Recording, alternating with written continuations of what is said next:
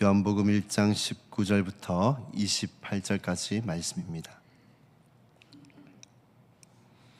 한 목소리로 함께 봉독하도록 하시겠습니다. 유대인들이 예루살렘에서 제사장들과 레위인들을 요한에게 보내어 내가 누구냐 물을 때에 요한의 증언이 이러하니라. 요한이 드러내어 말하고 숨기지 아니하니 드러내어 하는 말이 나는 그리스도가 아니라는데 또 묻되 그러면 누구냐? 내가 엘리야냐 이르되 나는 아니라. 또 묻되 내가 그 선지자냐 대답하되 아니라. 또 말하되 누구냐? 우리를 보낸 이들에게 대답하게 하라. 너는 내가 무엇이라 하느냐? 이르되 나는 선지자 이사야의 말과 같이 주의 길을 곱게 하라고 강야에서 외치는 자의 소리로다 하니라. 그들은 바리새인들이 보낸 자라.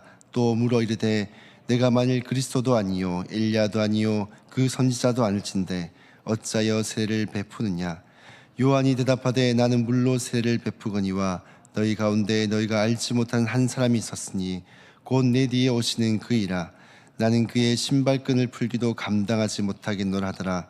이 일은 요한이 세례 베푸던 곳 요단강 건너편 베다니에서 일어난 일이니라. 아멘. 네, 오늘은 조연의식이라는 제목으로 말씀을 함께 나누고자 합니다. 오늘 본문은 세례 요한에 대해서 우리에게 말씀을 하고 있습니다. 오늘 우리가 읽었던 요한복음에 나타나 있지는 않지만 이 마태나 마가복음 속에 나타난 세례 요한의 첫 등장은 굉장히 당혹스러울 만큼 굉장히 충격적인 모습이었습니다. 왜냐하면 낙타토롯을 입고 메뚜기와 석정을 먹으며 이 강야에서 머물렀던 그의 행색은 당시 세련된 예루살렘의 종교인들이 보기에는 이 정신 이상자나 혹은 괴이한 은둔자처럼 보였을지도 모릅니다.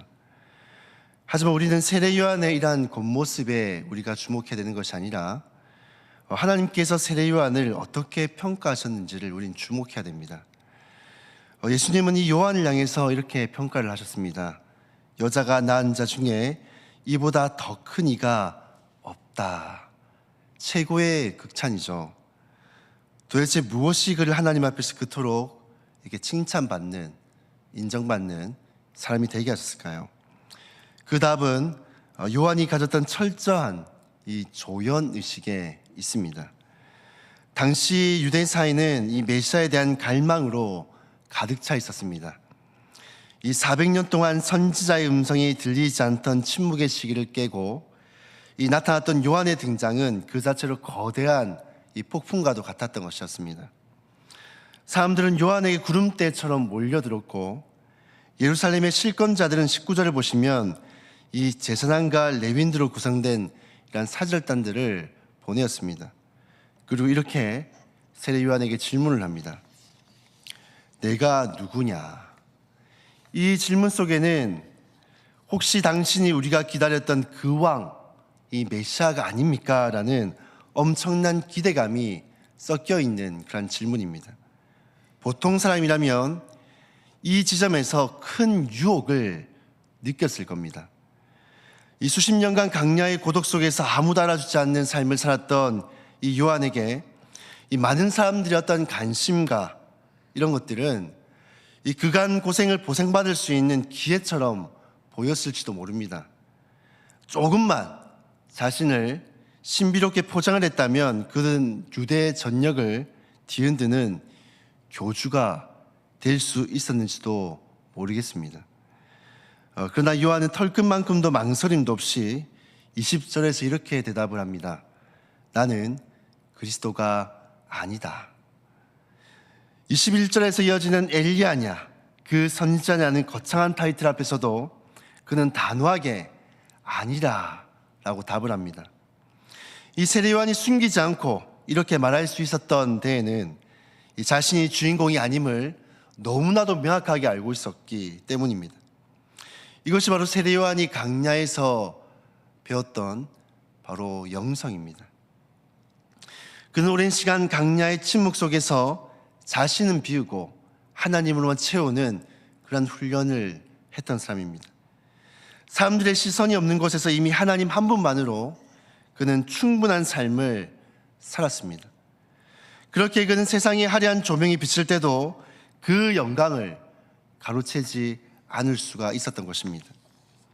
자신이 누구인지 계속해서 묻는 유대 지도자들에게 23절에서 이렇게 답을 합니다. 나는 주의 길을 곧게 하라고 강야에서 외치는 소리로다.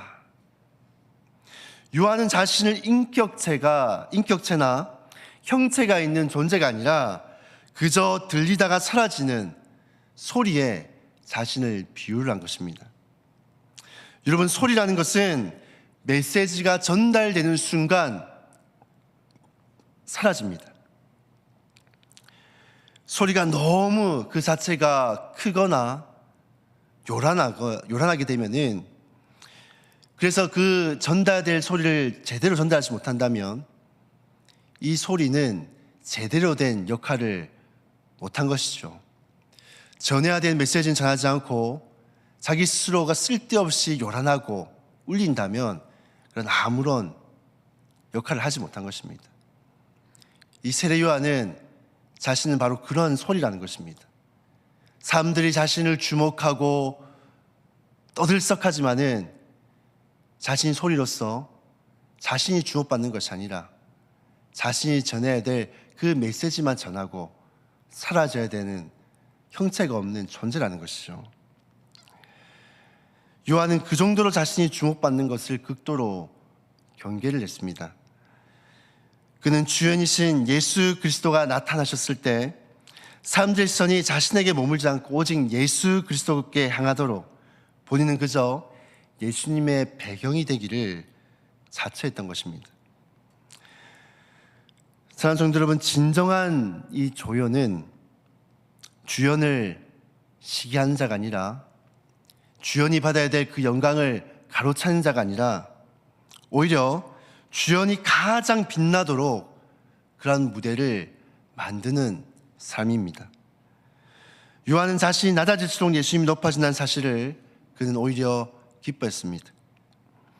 그는 주인공이 신발끈을 풀게 해도 벅찬 존재라고 자신을 낮추며 오직 예수님만이 세상 죄를 지고 가신 하나님의 어린 양 되심을, 그리스도 되심을, 그가 높임을 받아야 됨을, 그만이 영광을 받아야 됨을 그렇게 높이고 있는 것입니다.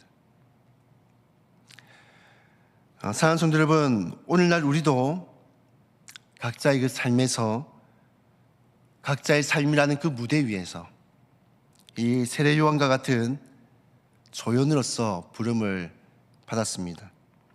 그런데 오늘날 많은 사람들이 자신이 조연이라는 것을 인지하지 못하고 많은 사람들로부터 주목받기를 원하고 또 칭찬받기를 원하고 인정받기를 원합니다.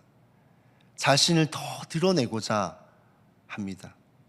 교회에서도 마찬가지입니다. 사람들의 주목이 없으면, 이목이 없으면 잘 섬기려고 하지 않습니다. 눈에 보이지 않는 곳에서 섬기려고 하지 않습니다.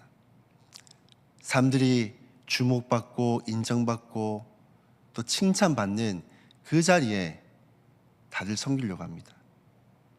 그런데 저는 그렇게 되어서는 안 된다고 생각합니다. 우리는 사람의 주목과 이목을 받는 사람이 아니라 오직 예수 그리스도를 높이는 조연이 되어야 됩니다. 우리가 삶을 살아가면서 내가 주목받는 것이 아니라 예수 그리스도가 주목받아야 되고, 내가 드러나는 것이 아니라 예수 그리스도가 드러나고 나타나는 그런 삶을 살아야 됩니다. 우리가 그러한 삶을 살아갈 때 세상은 우리를 인정하지 않을 수도 있습니다. 세상은 우리를 이상하게 볼 수 있습니다.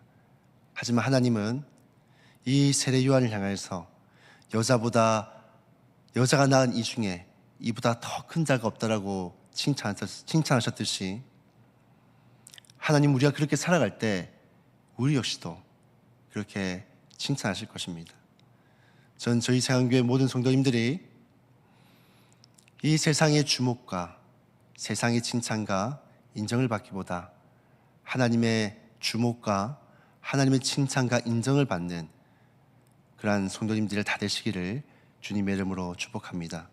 이 세상이 주목하는 주연이 아니라 하나님이 주목하시는 그런 조연으로서 예수 그리스도를 나타내고 드러내는 그런 빛난 그런 조연으로서의 삶을 살아가시기를 주님의 이름으로 축복합니다. 이 시간 우리가 말씀을 기억하시면서 함께 기도하며 나아갔으면 좋겠습니다. 우리가 이 세상 가운데서 이 세상이라는 무대 가운데서 예수 그리스도만 나타내고 나 자신은 사라지는 그러한 형체가 없는 그러한 조연과 같은 삶을 살아갈 수 있게 도와주시옵소서. 주님만 칭찬하시고 주님의 주목받, 주님의 시선과 주님의 인정만으로 만족하는 그런 우리 모두가 될 수 있게 도와주시옵소서. 기도하시고 주어진 기도 제목에 기도하신 후에 자유롭게 기도하고 돌아가도록 하시겠습니다. 기도하시겠습니다.